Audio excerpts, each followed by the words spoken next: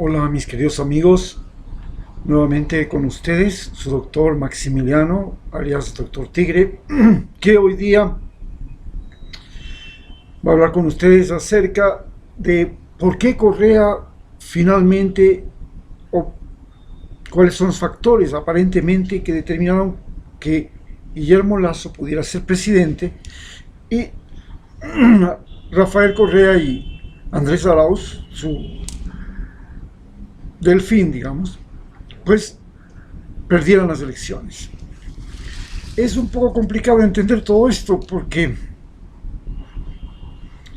América Latina está convulsionada con una pandemia, una crisis económica, una crisis política, un giro político y una crisis ambiental,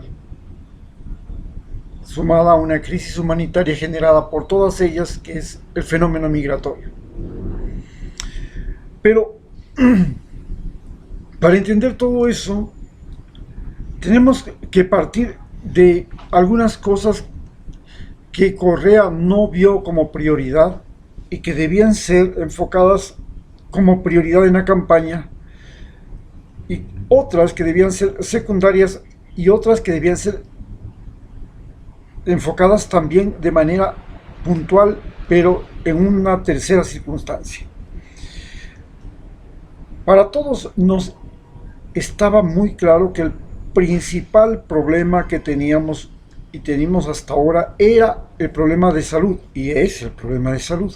Esto significa nuestros muertos, nuestros enfermos, nuestros convalecientes y el miedo a salir de la casa para trabajar, para buscar atención médica, para movernos de un lugar a otro, para poder sobrevivir.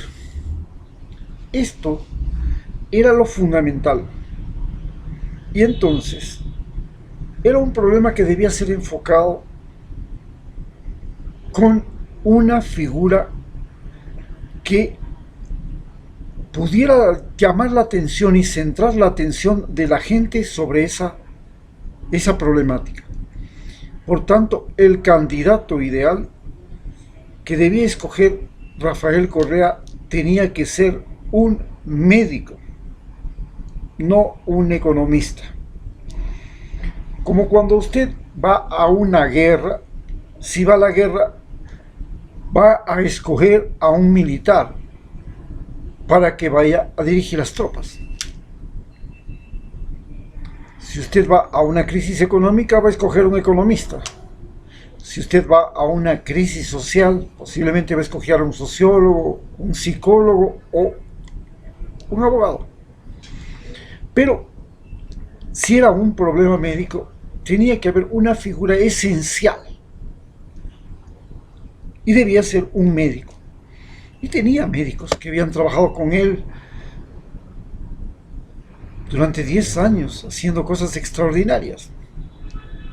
Tuvo la posibilidad de tener médicos que trabajaron en el terremoto, médicos que trabajaron en la inauguración y desempeño y construcción en el Seguro Social Campesino, en el Ministerio de Salud.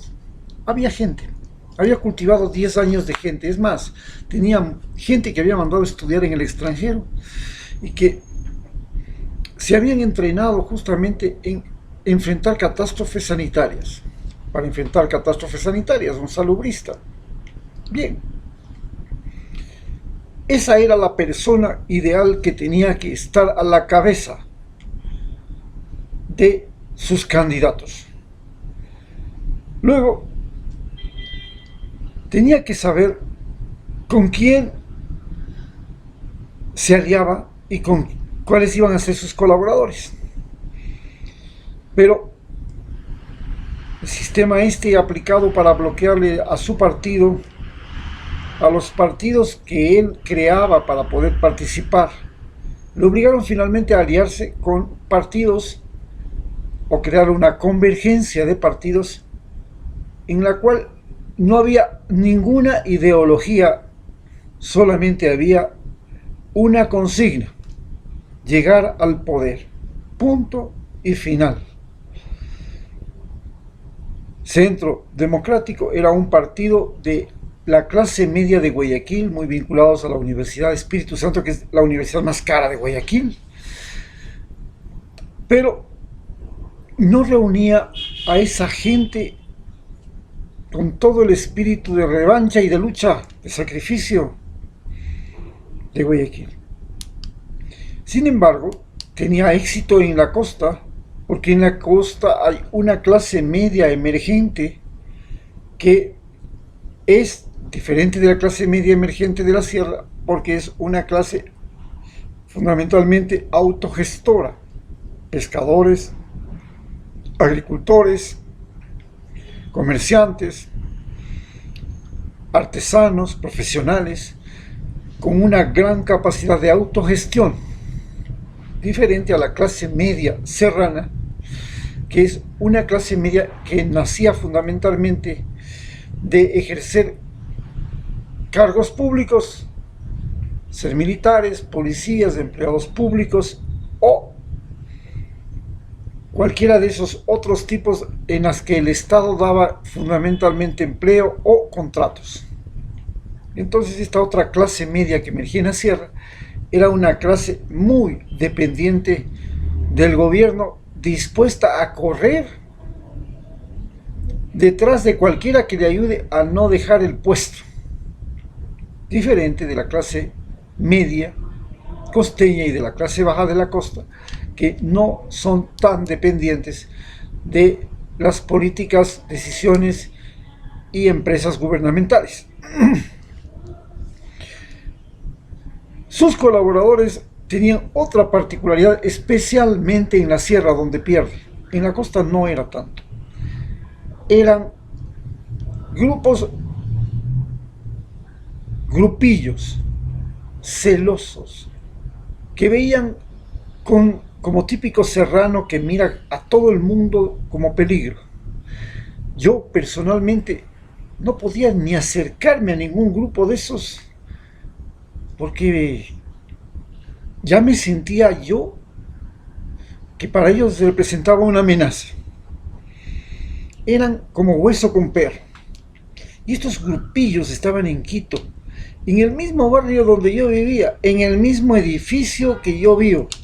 Ya habían dos grupillos y dos líderes que se reunían ahí entre Cuba y amigos, y ahí, el chismorreo, ¿no? Por bajito. Ya. Y eso era el modus operandi en la sierra. Ese modus operandi en la sierra, de esos colaboradores que buscaban andar por debajito, por la sombra, meterse como los cuyes en el agujero, como cuando se quieren subir al trole y se meten así a toda velocidad, buscándolo por ti, acalladito, agachadito, como cuando se quieren meter al estadio, no quieren comprar el boleto y ponerse en la fila, sino que enseguida se ponen adelante y están ahí. Ese tipo de gente era la que llevaba la campaña en los Andes y en la costa. Y esa fue la razón por la que la campaña en la costa y en la sierra y en la Amazonía. Y esa fue la razón por la cual en la campaña en la sierra y en la Amazonía fracasó. Porque por el contrario, los indígenas y los seguidores de Guillermo Lazo no formaban trincas, no fugaban jorgas, no fugaban grupillos, anillitos, sino que se botaban de frente, mostraban el pecho, gritaban lo que piensan y lo que creen, y todos estaban ahí, unos con otros y otros con otros, y simplemente lo que les unía era lo que siempre les unió a los indígenas, la protesta. En cambio acá, en la campaña de Correa, lo que les unía a la gente en la sierra y en la Amazonía era la supuesta repartición de cargos públicos y de beneficios, que ya era boleto vendido. A espaldas de Correa ya estaban vendidas las entradas a los cargos públicos, hasta las sabatinas ya estaban vendidas las entradas. Ese fue uno de los elementos más importantes. Y por supuesto, a más de ser roñosos aquí en la sierra y en la Amazonía, Cuando llegó ese tiempo entre la primera y la primera vuelta, donde terminaron primeros y con buena diferencia con el resto, llegó un tiempo clave, el tiempo entre la primera y la segunda vuelta electoral, que permitió a todos los opositores reagruparse, juntar dinero y juntar recursos, movilidad y todo para destrozar la campaña de Rafael Correa y de Andrés Arauz. Por supuesto, el terrible problema de Correa era la distancia. Había una distancia real. Él estaba en Bélgica y tenía que dirigir desde Bélgica la campaña acá. Era como un general dirigiendo desde el Pentágono. Seguramente ahora, claro, con la tecnología se puede dirigir cualquier guerra desde el Pentágono, pero aquí no funcionaba muy bien eso. Y segundo, había una distancia temporal, es decir, Rafael Correa en estos 4 años ya no podía reconocer cómo se había movido, cómo pensaba la gente, qué estaba pasando en las calles, en los barrios, en los lugares, porque él estaba allí en Bélgica. Y entonces no sabía quiénes eran, solo recibía lo que eran noticias de información a través de lo que leía en la prensa, lo que leía en el periódico, pero no sentía el respirar de la gente en la oreja, el sufrimiento, el peso de las circunstancias. Y eso no le permitía tener una capacidad de maniobra, de objetividad. Finalmente, ya desde antes de terminar su mandato, Rafael Correa pasó de un líder, como dicen, a ser caudillo. ¿Por qué? Porque en las sabatinas, pues, él era la estrella, él decía lo que era la figura estelar, lo que él decía era, y lo que él no decía no era. Y eso era fatal. Dejó de ser profesor, que es diferente que ser líder. Un profesor es un individuo que busca las facultades en sus alumnos, ve cuál es el que tiene más facultades y lo proyecta, lo ayuda a construir, lo ayuda a hacer. No un individuo que quiere que el alumno le imite, no quiere un copión, sino que quiere que el alumno sea como un entrenador de fútbol. Pone a un goleador, pero para que sea goleador, y el defensa para que sea defensa, no para que sea entrenador. Y el entrenador de natación pone al muchacho en la piscina para que nadie mejor que él y sea campeón. Eso es lo que era Rafael Correa antes de ser presidente. Era un profesor. Se olvidó de ser profesor. Procuraba, sí, en cada sabatina enseñarnos y nos enseñaba maravillosamente. Era extraordinario verle cómo transparentaba todo, desde su tiempo hasta el dinero que cargaba en la billetera. Los acuerdos que había firmado, los momentos, las obras, el permiso, eso era fantástico, era extraordinario. El problema era que el circulito que tenía, lo tenían bien agarrado, lo manipulaban, lo bandoleaban, le hacían altar, y ellos después celebraban la misa. Entonces ellos bailaban el viernes, y después ya iban colocando en la primera fila, en la segunda fila, en la tercera fila las personas, y eso ya era decirle como cuando en la iglesia católica se vendían los puestitos alrededor, al lado del Dios, a cambio de una contribución económica a la iglesia. Más o menos así comenzó a funcionar las sabatinas, y eso fue terrible. Entonces, finalmente comenzaron a hablar de que la Revolución Ciudadana era una leyenda. Uy, eso fue fatal. Porque el momento que una cosa se convierte en leyenda, entonces la leyenda tiene seres mitológicos. No sabemos qué es verdad y qué es mentira.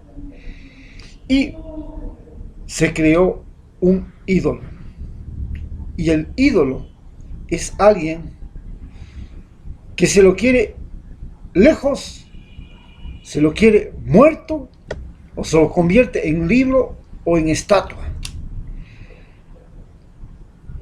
Y eso es lo que se pretendió hacer en Alianza País con Rafael Correa. Cuando Rafael Correa da la espalda y se va a Bélgica, error gravísimo, confiado que la gente que todos los días le halagaba, le cepillaba, le sonreía, le hacía creer que estaba en el cielo,